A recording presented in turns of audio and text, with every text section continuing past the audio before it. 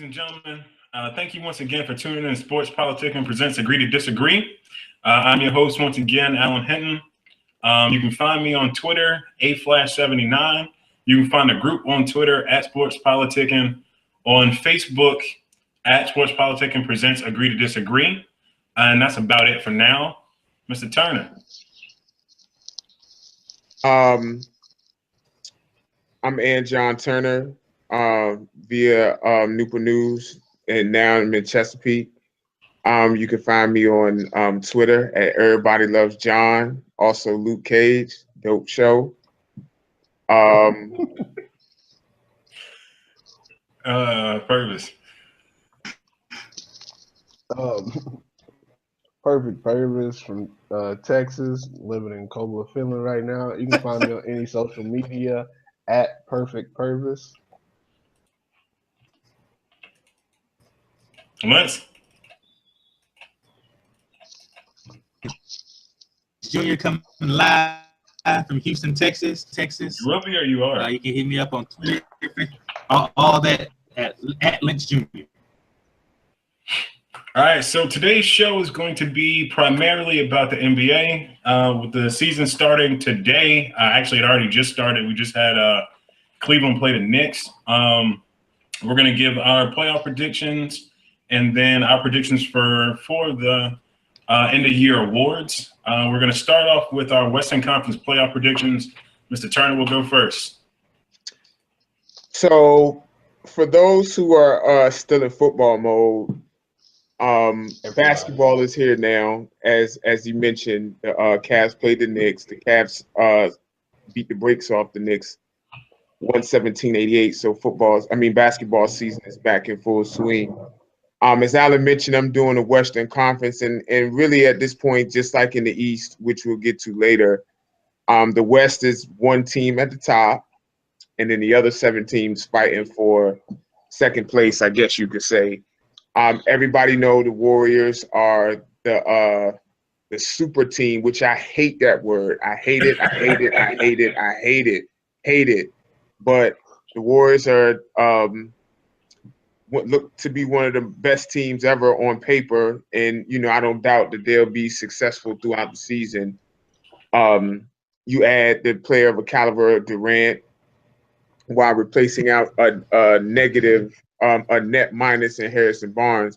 That's one of the biggest upgrades in NBA history. You still got Clay, still got Steph, still got Dre, still got Curry, Iguodala, and Livingston. The team that ended up losing the finals last year in epic fashion, I guess, depending on your perspective. But they come back stronger, hungrier, looking to win the title again. That'll make it 2 in 3 years. The challengers to that really, and I'm going to surprise a few people. I actually think the Clippers are going to get second place, and then the Spurs third place. I feel like the loss of Tim Duncan is really big for them. I feel like his defense was overlooked. He was arguably the best defender in basketball against every team but the Warriors, who promptly schemed him off the court and put him into retirement. I think this is the year the Clippers put it together. I don't know why I have so much faith in them, especially with that gaping hole they have at small forward, which they've had there forever. But I think they get it done second place with the Spurs third. I think that the Utah Jazz actually are going to be fourth. I'm real big on them. They have one of my favorites in Derek Favors. Dante Exum is coming back. I definitely feel like they're one of the up-and-coming teams in the NBA. I really honestly do feel that way. I feel as though Burke, they got George Hill, to replace him, Joe Johnson, Boris Diaw. So they definitely have a team that can navigate the West. I know that they are missing Gordon Hayward, but they have the depth with Rodney Hood, Alec Burks to take the playmaking duties. I'm also high on the Rockets, actually, believe it or not. I'm not saying that they're going to finish 5th, but I'm high on them actually making the playoffs. I feel like that offense is going to be incredible. Harden is the point guard. They got shooters all around them. I'm definitely bullish on the Rockets, the Blazers. I'm bullish on them too. Dame coming back, CJ coming back. I'm definitely really big on them. As far as the other teams that I feel like would make the playoffs, I think the Grizzlies sneak in there, and I still think that the Thunder make the playoffs, even though Kevin Durant's gone. I honestly feel like they can work something. They have Oladipo now. Adams progressing. I do feel like they're a playoff contender, not a championship contender. So those are my 8 teams who make it in the West. Is Lentz with us? I was going to have Lentz go next, but I don't know if he's still. Purvis, you want to go next? Yeah, I'm just gonna list mine. I'm not gonna give the explanations like AJT did because he explained most of it. I don't have mine in any order, but Okay. I do have the Warriors, Thunder, Spurs, Clippers, Trailblazers, Grizzlies, Utah Jazz, and Sacramento Kings. Now, before you get mad at me for putting the Sacramento Kings in there, this is just hopeful wishing. Okay? I don't know if they will, but I believe in Boogie Cousins, and I believe that he can get them to a little bit above 500 this season, and they can slide in. I believe they can. That's pretty much it. Lentz, you want to go next? I think he's still not here. I don't think he's. All right, well, I guess I'll go next then, and we'll see if he shows up or comes back or whatever the case may be. For the West, I guess I'll try to go in order where I think they'll finish. I had the Warriors, I got the Spurs, I got the Clippers. Those are my top 3. I actually think that I could see the Blazers finishing 4th, and then the Jazz. My last 3, I don't have an order for those just yet. Grizzlies, Mavericks, and Timberwolves.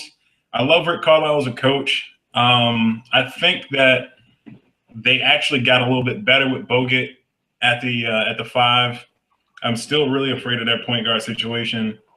And I don't know how Harrison Barnes is going to work out, but I think that if any coach can make Harrison Barnes look like a professional starting small forward, it would be Rick Carlisle. So I still don't think he's going to be what people want him to be, but I think he's going to be a lot better than he looked last year in Golden State, which may not be saying much. I think they'll probably be 6 or 7. I think the Timberwolves will probably firmly in the 8th spot, which means they get to give us what should probably be a pretty entertaining playoff series against Golden State in the first round if Thibodeau doesn't run that entire team into the ground. The Grizzlies just have too much talent, I think, not to make the playoffs. It doesn't really even matter if Fizdale's that great of a coach this year, I think. They've got so much talent, if healthy, that I think they're a playoff team regardless. And I'm kind of with you on the Jazz. They're a lot deeper of a team, I think, than people realize. And as y'all know, Joe Johnson is my guy. If he doesn't start, if he comes off the bench and can play 20-odd minutes a game, I think he'll make a big difference for them too. They don't have as much shooting as you'd like. Neither does the Timberwolves, but neither do a lot of teams these days. I'm kind of with you on the Blazers. I love their roster. I love Festus Ezeli being there. He probably ain't going to put up the numbers people think he will, but he'll bring the defensive solidarity to that team. I still don't know who their starting power forward is, and I don't know what they're going to do with Evan Turner. But I like the team that they're putting together. They still got a lot of young guys that are pretty athletic. So what we're seeing right now, where they look pretty good, may not even be their ceiling. They may get better from where they are right now. So I think it's exciting to end the playoffs now, but still have the ability to get better in the future. Now, is Lentz in existence yet?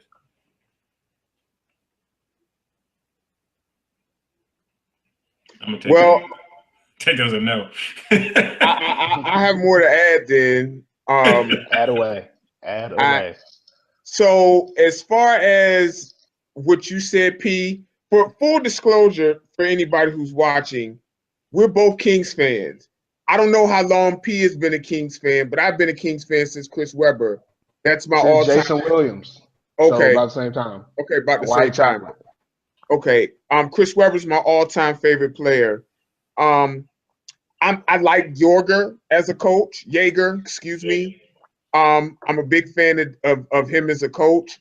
I love DeMarcus Cousins. I'm not one of those who looks past his knuckleheadedness. I just think that he needs to be in the right situation where he can just be another guy. I feel like he's been empowered by our sad sack franchise, and because of that, he's built up bad habits. It's going to be hard to break those habits now, because he's what, this is his 8th year, 7th year since 2010, I believe. 7th year coming up. So I think every year that goes by that he's with our franchise, it's harder to break those habits. I don't have us in the playoffs. I'm glad we got rid of Rondo, who's pretty overrated and has been for a while now. Thanks for that. Yeah, for sure. Good luck, Chicago, with that. As far as Memphis, I disagree on their talent. They don't really have a lot of talent. I mean, Aren't they they have pretty old? Yeah, like Mike Conley's 29, but guards, shorter guards who rely on their quickness usually decline faster. True. Tony Allen is always going to be a defensive savant, but in today's How old NBA, is he? I think he's 34 now. I thought Yeah. he's been around for a long Yeah, time. Tony Allen's been around for a while. He's always going to be a defensive savant, but his offense makes him unplayable because he can't shoot. Chandler Parsons is still rehabbing the knees. Like Marc Gasol just had a navicular foot injury. Mhm. Like, I mean, a lot could go wrong there. A lot could go right, but a lot could go wrong. So I put them in the playoffs. I wouldn't necessarily say they're talented. I love what Utah's doing. I did mention that already. I just think that really everybody's fighting for second at this point. That's honestly what I believe. Like I don't feel like anybody's gonna seriously challenge the Warriors. I think they're just gonna be too good. And at this point, I could see the Warriors. I could see the Warriors winning the conference 12 or more games at least. At least. Let me ask you this: if we all agree that the Warriors are the best team in the West, you think they try to win 74 games, or you think they try to just be good enough to make first seed? I don't see why they wouldn't try for it. I'm just asking. Well, they've They already weren't said, for them last year. they've already come out and said that they're not going to try to do that. But if you start out the season 29-1, 30-1, that's being optimistic, of course. But if you start off the season 30-1 and you're blowing everybody out, why not go for it? I mean, again, but we're speaking as fans. They literally, other than Durant, just had this experience last year, and Right. they felt like that handicapped them when actually winning the ring. I don't think it was that. I think it was a confluence of factors. Draymond being stupid, Steph getting hurt, Bogut getting hurt, and then LeBron and Kyrie. But I don't necessarily think it was the 73-9 pursuit. With Steph being hurt, they just weren't as good of a team. True. I think they'll probably, if they get close, I think they'll go for it. I don't think last year would have hurt them at all. I will say this though, I don't believe they have the same depth they had last year. So if they do try to rest guys or play guys a little bit less, I think they'll lose some games. So it's important that they stay healthy. I'm gonna say a couple more words since you added some stuff, and then I'm gonna give Lentz's picks since he did give those to us. I don't have a lot of confidence in Oklahoma City. When you look around outside of Russell Westbrook, and Steven Adams. There's not a lot of guys on that roster right now that I trust. I've never been a big fan of Oladipo. I never will, probably. But your boy Adam is. He loves Oladipo. I don't know who starts for them at small forward. I loved Josh Houston in the summer league, but I don't know that he's ready to step up and replace Kevin Durant. They got Kyle Singler, who will probably start. Isn't it Kyle Singler? They got one of them kids from Duke. That's Singler. But he's not actually good at anything other than standing in one place and shooting threes. So they got a lot of question marks to me. They're still a pretty deep team, but it's not deep with a lot of guys that could get more minutes anywhere else. So it'll be really interesting to see what happens with them. Andre Robertson is going to have to step up and score more than 8 points a game. I don't even think he scored 8 points a game last year. I may have just gave him too many points.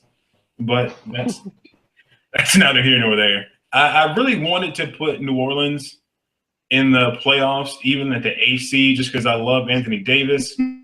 I love some of the guys they brought in, but with Drew Holiday being gone for who knows how long, so much turnover on their roster, I just can't see it. I don't know what the hell that team's going to look like. So they could be close to a playoff team, but they could be a train wreck. You gotta quit while you're ahead, man. Yeah, for real. Yeah, man. Just reboot or something, yo. We'll be here when you get back, man. Yeah, legit. Try your phone.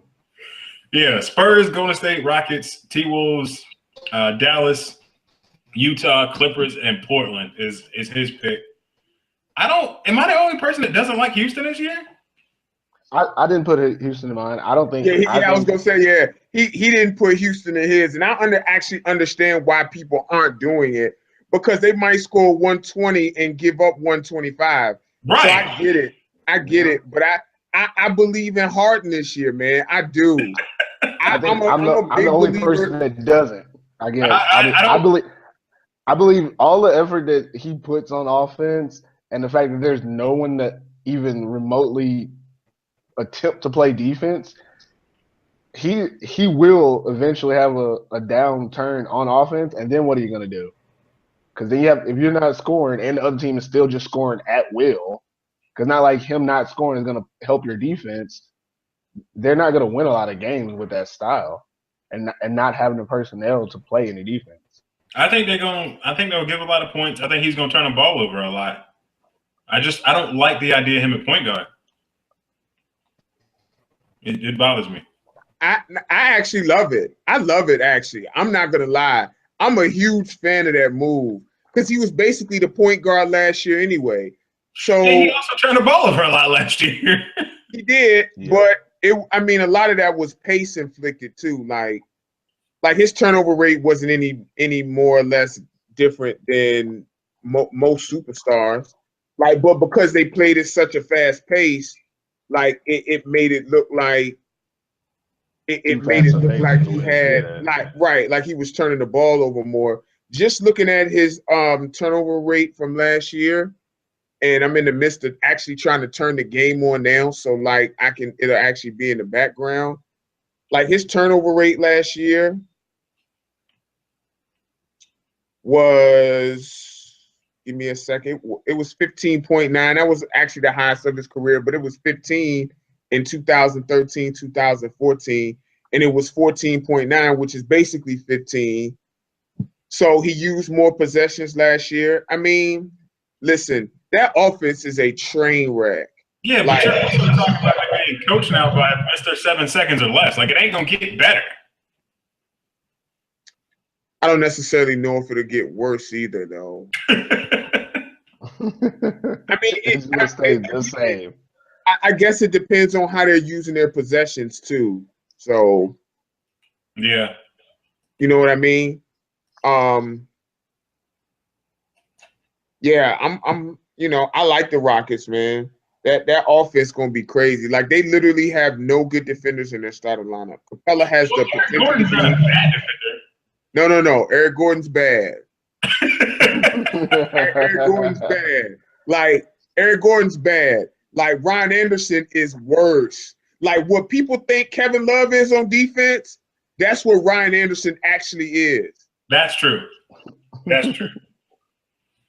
I So think they're going to miss Terrence Jones. I mean, yeah, I'm not saying that as a Terrence Jones fan. I'm saying that as a basketball fan. I think they're going to miss Terrence Jones. I think they're going to miss Dwight Howard in a way because Nate Hilario is going to be their starting center, isn't he? Or are they going to start Capella? Capella. I think Capella has the ability to be a good defensive player, but with all that penetration that they're going to allow, it's going to make him look bad. Yeah.